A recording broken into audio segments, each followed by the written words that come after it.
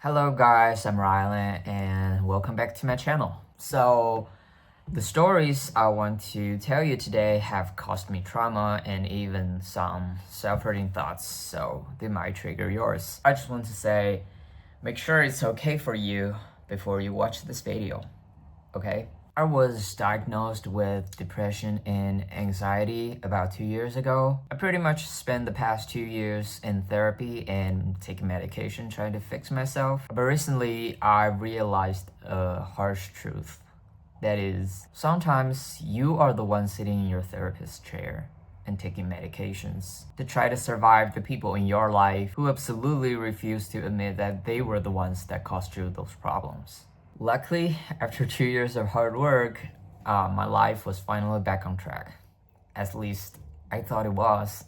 I lived alone at the time, and I had a very healthy and regular life. I cooked for myself every day, and I built brand new social circle that fit the new version of me. And also I played sports 3 times a week. I felt that I was almost recovered. So when I had to move back to live with my parents about 6 months ago, due to personal reasons, I thought I was ready because I thought I was way better than before. I should be able to protect my mental health and they couldn't affect me anymore. And I completely underestimate how toxic this family can be. Just a week after I moved back, I had a mental breakdown that was so severe that I even did something to hurt myself, and it was triggered by my mom. I remember that morning we had to run some errands. She was constantly blaming me for losing a so-called great opportunity during the whole process. But the truth is, I had already knew that the opportunity was actually rigged. I was already punishing myself for losing this opportunity. I felt disgusted whenever I thought about how unfair the game was. I was already in pain, but she wouldn't care. And because we had to run errands together, and basically I was trapped in the same car with her. From the morning until she dropped me off, she was talking about this and was constantly blaming me the whole time. I felt so cornered that I snapped. I started screaming in the car and was completely losing control of my emotions. And that was something that I hadn't done in years since I moved out of the house. Toxic parents will push you to your absolute breaking point behind the closed doors and then look at your desperate reaction and call you the crazy one. If a stranger walked past that car, they would just see a crazy, ungrateful son yelling at his poor mother. Then I got out of the car, I stood by the street and watched the cars passing by. Suddenly I felt this coldness from my limbs and all the way up to my chest. It even messed with my heartbeat. So I basically stood there breathless and paralyzed. I was told by the textbooks and society that a mother is the safest harbor for their kids, and they are supposed to be the closest. But at that moment, all I felt was loneliness. Nobody in this world would stand with me. I might as well jump in front of a truck and put an end to this suffering. Just as I was thinking about that, a new thought hit me. Why is she pushing me so hard?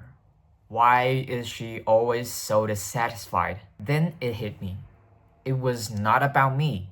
It was all about her. You see, my mom is a highly anxious person, and she is a giant baby emotionally. She has zero capacity to process her negative emotions, let alone catching mine when I was little, which was her duty. Your parents, they don't yell at you to make you better. They yell at you to make themselves to feel better. They're using their anxiety to attack you and transferring their anxiety onto you. And that is the only way they know how to regulate their own nervous system. So whenever she forces me to do something, my action becomes her emotional pacifier. But the results take time. So she would start panicking in a very short amount of time. Then she would lose control and force that panic down my throat. Luckily, I'm a grown man now. I don't have to worry about physical attacks anymore. But I still remember in 6th grade, some kids in our neighborhood had already secured spots in some good middle schools through private entrance examinations held by those schools, rather than standard unified examinations. And my mom was panicking about my future at the time.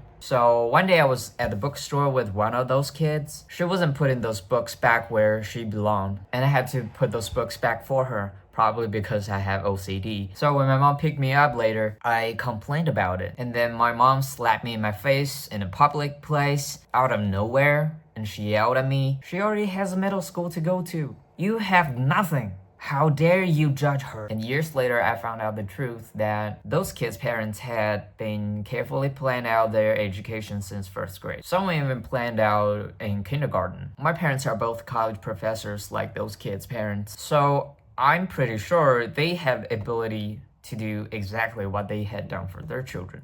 However, my parents didn't put the effort or care into that. They still want the exact same result from me. So the difference wasn't resources, it was care. And I was the one that paying for their anxiety and neglect. I have been saving my empty pill bottles. I want to say how many it takes to cure me, but it is tragic to say I was taking the meds to fix the damage my parents have caused. A lot of people will say, but your parents are still married and they have stable jobs. You're getting great educations. Why are you still complaining? To answer that, I want to quote the book, Reparenting Your Inner Child. Sometimes we're so focused on the most obvious ways we were influenced in our childhood, big issues like financial hardship or parental divorce, that we don't notice more subtle forces we haven't considered, like how our parents responded to our fear or whether they expressed curiosity about what mattered to us. In my last video, I talked about how generation trauma influences your social circle, but the truth is, the way that your caregivers interacted with you can affect your entire life. So what do we do when we realize that those people who are supposed to protect us are the ones who actually broke us? You stop waiting them to take meds. You stop waiting for the apology that is never going to come. If your parents never truly saw you, it's time for you to finally see yourself. You have to step up and become the parent you never had. You have to look at that terrified, freezing kids standing by the street and say, I see you. You're not crazy. And you don't have to carry their garbage anymore. This process is called reparenting. In my next video, I'm gonna talk about how I start doing this. I'm Rylan. Thanks for watching. Please like, comment, and subscribe, and I'll see you in the next one.